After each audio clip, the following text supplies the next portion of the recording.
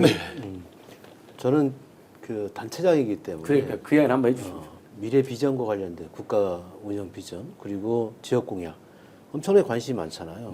언론에는 잘 보도가 잘 되지 않고 두각이 나타나지 않았지만 저는 저희 제주도정의 입장에서는 더불어민주당이든 국민의힘이든 개혁신당이든 어떤 공약을 준비하고 이야기하고 있지 하는 거를 계속 실시간으로 지금 체크를 해보고 있거든요.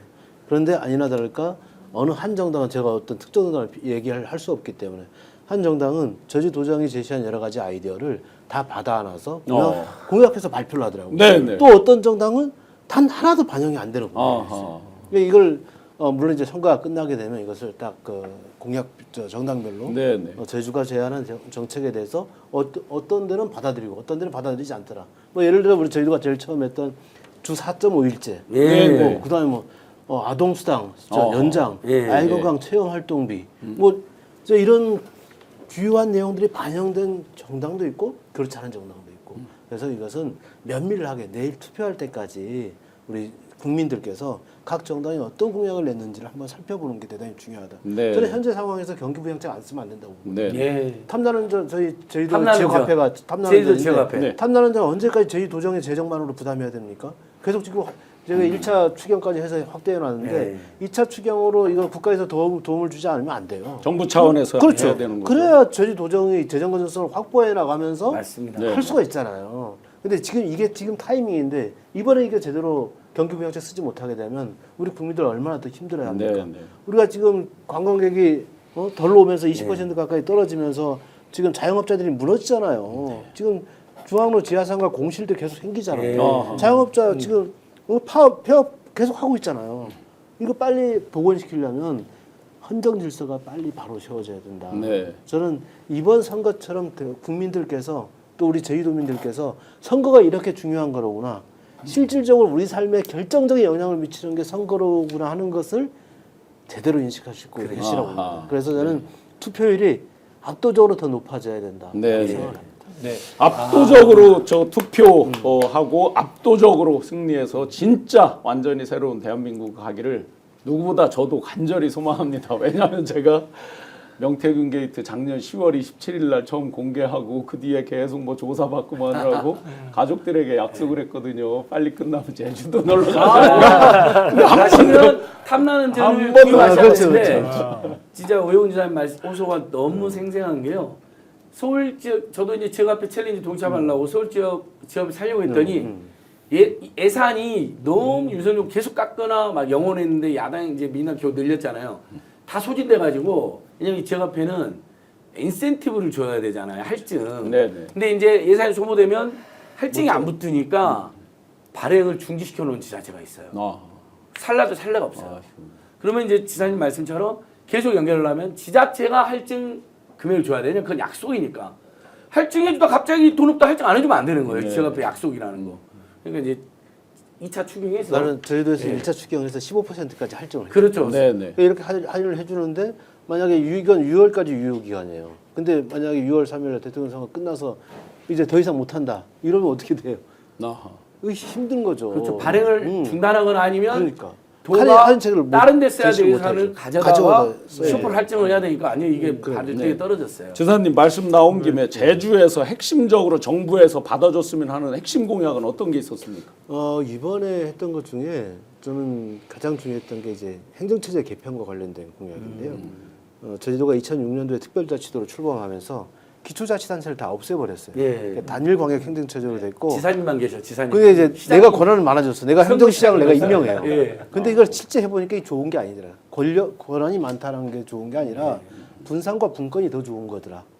그렇잖아요. 권한을 내려놓고 그리고 실제 풀뿌리 민주주의가 시스템이 작동 가능하게 해주는 게 중요하지. 권한을 다 옛날 같으면 7, 80년대 같으면 그게 가능할지 몰라.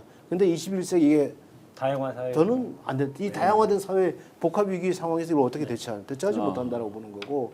그래서 실제 주민 스스로의 자치 역량을 강화시키는 게 중요한 것이지 이거를 하나로 모았다고 단층제로 했다고 좋은 건 아니다. 그래서 저는 모으는 것도 하고 또 세분화해서 좀 더 세밀하게 시스템 작동대로 하는 것도 하자. 그게 행정체제 개편을 다양화하는 거고 그리고 우리 지방자치법의 전부 개정이 됐죠. 기관 구성의 다양화. 이 기관 구성의 다양화도 좀 해보자. 꼭 단일한 행정 체제만 있어야 되는 건 아니잖아요. 그러니까 이걸 어느 당은 반영을 하더라. 중앙당 정책 공약으로 딱 이게 내걸었기 때문에 또 그렇게 또 실현되게 되면 현안 문제가 해결되는 거고요. 그리고 또 이제 중요했던 거는 저희들이 이제 제시했던 것 중에 아까 말씀드렸던 아이 건강 체험 활동비 같은 경우는 우리만 그 지방비로 쓰고 있는 사업인데 이것을 지금 현재 정책에서는 보건복지부에서는 사회보장 신설 협의를 하도록 해요. 그러면 아니 예산은 지방 정부가 예산을 지방세 걷어서 쓰고 있는데 중앙 정부가 이것을 터치하라 말라 감나하라 배누라 하는 거예요.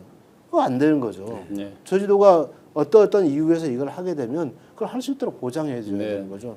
아니 다른 유럽은 이제 아동수당 18세까지 주잖아요. 네, 18세까지 주자고 하고 또 그걸 단계적으로 실현시키기 위해서 우선은 저희도처럼 일단 중위소득 120% 이하에 대해서는 5만 원씩 지급하자. 네. 그렇게 해서 아이들이 그걸 스포츠 학원에 다니든 공부하는 학원에 다니든 활동을 할 수 있는 여건을 만들어주자.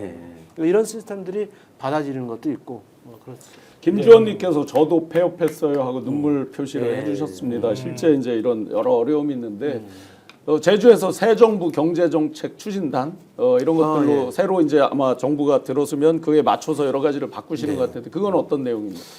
일단 지금 조직 개편을 지금 준비하고 있는데요. 조직 개편을 하기 위해서는 이제 조례를 개정을 해야 됩니다. 그래서 고시를 지금 준비를 했고 일종의 TF 조직이죠. 새 정부 경제정책 추진단이라는 것을 만들어서 어쨌든 새로운 정부가 6월 3일 이후에 이제 출범을 할 텐데 그 해당 정부의 경제정책의 새로운 사업의 내용들을 도 차원에서 어떻게 보면 가장 신속하고 가장 빠르게 기조와 방향을 맞춰서 시작할 수 있을 것인지, 즉 국정 운영의 뒷받침을 지방 정부가 제대로 하겠다는 메시지를 주는 거고요. 네.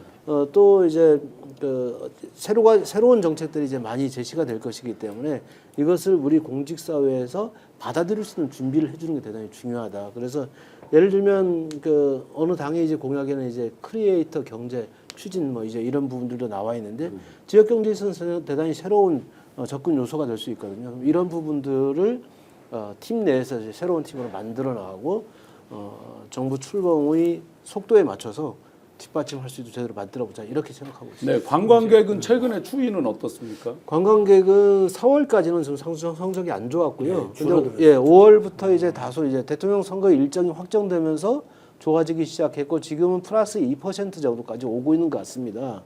그런데 워낙에 지금 겨울 내내 안 좋았기 때문에 지금도 마이너스 9% 전체적으로 보면 1월부터 지금까지 5월까지 통계를 보면 마이너스 9% 성장이기 때문에 이것을 0%에서 플러스로 전환시켜 주는 게 대단히 중요합니다. 그러면 이 6월을 어떻게 우리가 보내느냐가 중요한데 6월이 전통적으로 비수기거든요. 5월까지는 수학여행 시즌이 거의 끝나게 되고 7, 8월이 다시 성수기가 되기 때문에 6월을 한 단계 더 끌어올려 줘야 되는데 그 문제를 극복하기 위해서 저희가 고안해낸 정책이 6월 3일 선거가 끝나고 나서부터는 전 국민을 대상으로 단체 관광 인센티브를 시행하기로 조례 개정을 했습니다.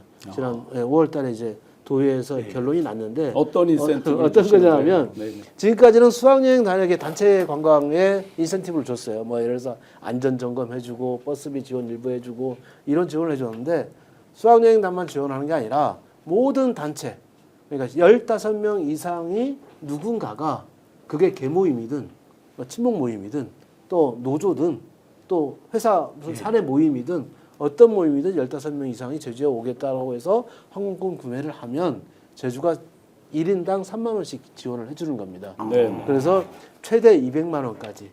그리고 예를 들어서 특정 노조하고 우리가 협약할 수도 있고 특정 기업과 협약할 수도 있고 협약의 기관 조직 단체는 최대 600만 원까지 지원할 수 있는 시스템을 만들어 놨습니다. 그래서 어쨌든 이제 새로운 정부가 이제 시작이 되면 우리 국민들에게 또 힘내시라. 우리가 그동안 겨울 동안 얼마나 힘들었습니까? 그래서 이제 인센티브 정책을 펼치는 겁니다. 우리 회로 가지 말고 제주도 돕고 우리도 그럼요. 네. 힐링하고. 제주 가서 힐링 받고 싶어요.